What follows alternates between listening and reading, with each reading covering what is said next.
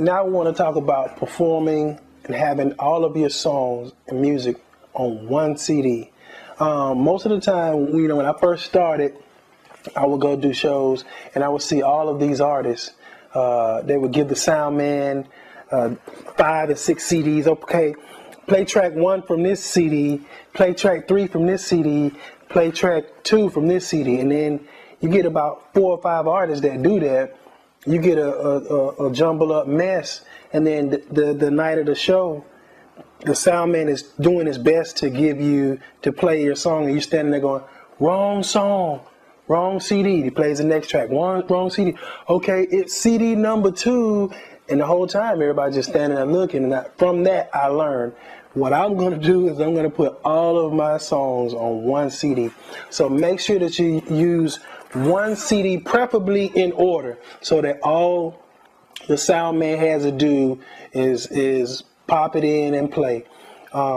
Make sure that you use one CD, and if possible, when you use one CD, do not be cheap. This is your career, this is your livelihood, or it's just for fun. But for whatever it is, you need to be professional.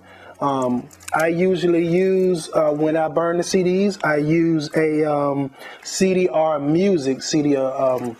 An engineer told me about CDR Music. They play universally through pretty much all the CD players, because some CD players were made in different years. So some CD players won't play regular CDRs, and don't buy the cheap CDRs, because you'll get somewhere to perform and you won't have anything to play on, because your stuff is on a cheap CDR and it can't be read. So make sure that you have one CD.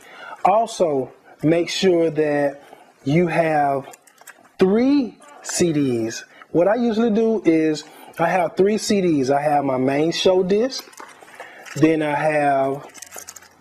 have my rehearsal disc, and then I have my backup disc.